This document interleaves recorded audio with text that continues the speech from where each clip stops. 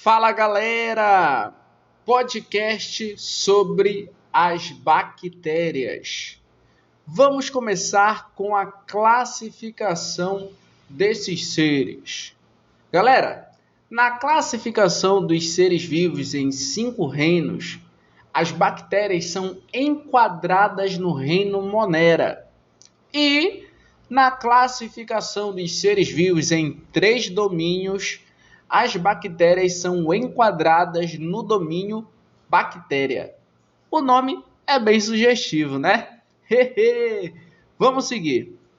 Agora, vamos falar sobre as características gerais das bactérias. Então, eu selecionei aqui 4 características das bactérias que você precisa conhecer. Primeira característica: as bactérias são seres unicelulares e procariontes, ou seja, são formadas por uma única célula, e esta célula não possui núcleo organizado e organelas membranosas. Segunda característica: as bactérias podem ser autótrofas ou heterótrofas, isto é, podem ou não produzir o seu próprio alimento. Terceira característica: as bactérias podem ser aeróbicas ou anaeróbicas. Em outras palavras, há bactérias que vivem na presença do gás oxigênio, que são as aeróbicas, e há bactérias que vivem na ausência do gás oxigênio, que são as anaeróbicas. E quarta característica: as bactérias, quando em condições ambientais desfavoráveis, formam esporos como estruturas de resistência. Bom, além dessas 4 características, eu quero deixar aqui 3 observações importantes para você. Então vamos lá. Primeira observação: as bactérias podem ser de vida livre ou realizar relações com outros seres vivos.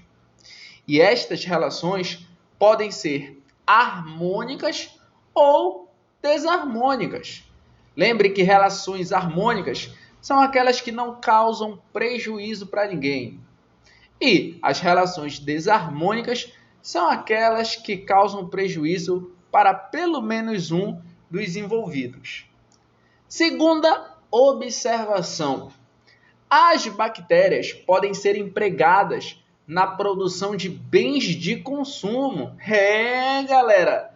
Tais como alimentos, medicamentos e etc. E terceira observação: as bactérias geralmente são sensíveis aos antibióticos. Atenção! Elas geralmente são sensíveis aos antibióticos. Isso significa dizer que existem bactérias resistentes aos antibióticos, ou seja, bactérias que não vão morrer na presença dos antibióticos. Bom, como já vimos as características gerais das bactérias, agora vamos bater um papo sobre os principais componentes da célula bacteriana. Primeiro, vamos falar dos 4 componentes obrigatórios de uma célula bacteriana. O primeiro componente é a membrana plasmática. A membrana plasmática é a estrutura que reveste, protege e seleciona tudo o que entra e sai da célula. Ela apresenta composição lipoproteica, ou seja, é formada por lipídios e proteínas. E a membrana plasmática da célula bacteriana é responsável por realizar a respiração aeróbica. Muita atenção em relação a essa informação. A bactéria, ela vai realizar respiração aeróbica através de sua membrana plasmática. O segundo componente é o citoplasma. O citoplasma é o meio intracelular, ou seja, toda a região de dentro da célula. Ele é preenchido pelo citosol, que nada mais é do que um fluido, sendo formado por uma mistura de água com vários tipos de substâncias. O terceiro componente é o ribossomo. O ribossomo é a única organela encontrada na célula bacteriana. Ele é responsável por realizar a síntese proteica, ou seja, a produção de proteínas. E o quarto componente é o cromossomo. O cromossomo bacteriano caracteriza-se por ser uma única molécula de dupla fita circular de DNA. Além do DNA cromossômico, as células bacterianas apresentam moléculas menores de DNA circular, que possuem genes que não são essenciais para a sobrevivência da bactéria. Essas moléculas são chamadas de plasmídio. Só tome cuidado com o negócio.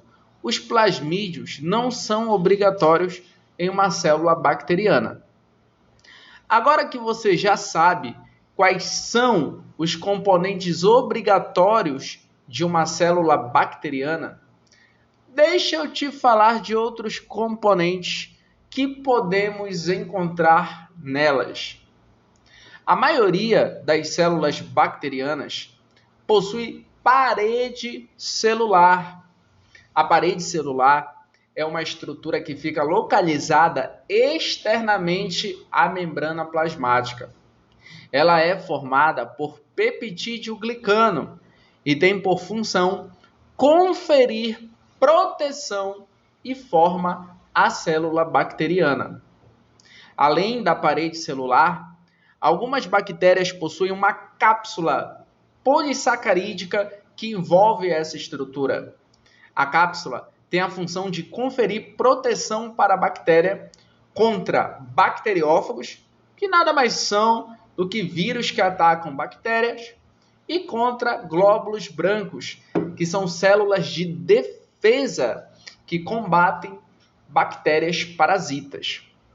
As bactérias podem ainda apresentar flagelos, que são estruturas locomotoras formadas principalmente por uma proteína denominada flagelina.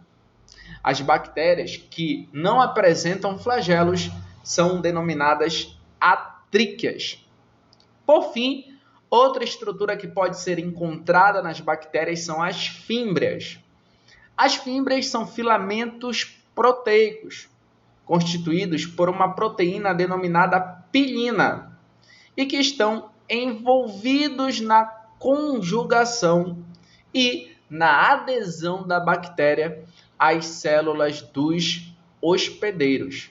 No caso dessa função das fímbrias de adesão da bactéria às células dos hospedeiros, é no caso das bactérias que vão atuar como parasitas. Muita atenção! As fímbrias são mais curtas, finas e numerosas que os flagelos.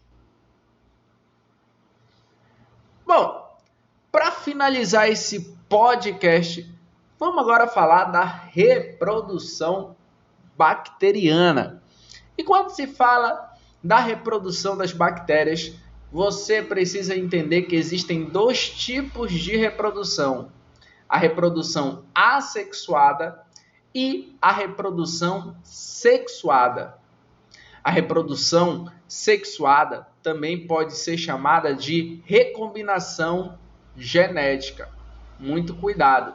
Na verdade, o termo mais correto não é reprodução sexuada, mas sim recombinação genética. Ok?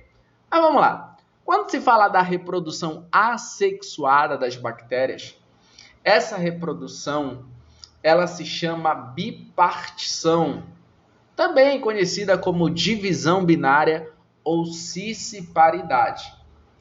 Na bipartição, a bactéria vai aumentar de tamanho, ou seja, a célula bacteriana vai aumentar de tamanho, e depois disso, o DNA da célula vai se duplicar.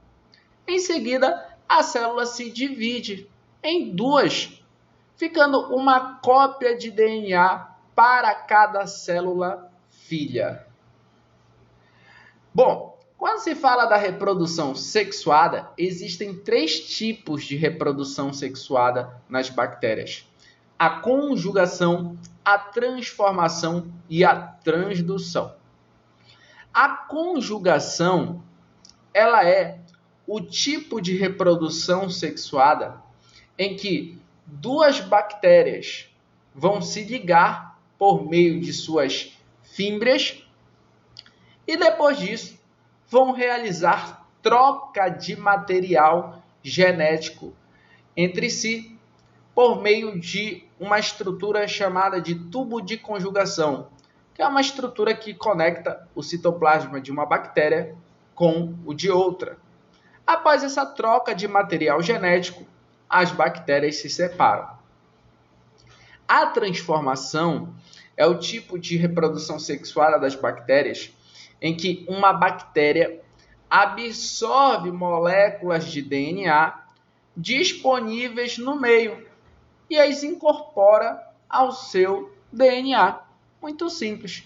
Então, se uma bactéria absorver moléculas de DNA disponíveis no meio e incorporar ao seu DNA, você chama isso de transformação.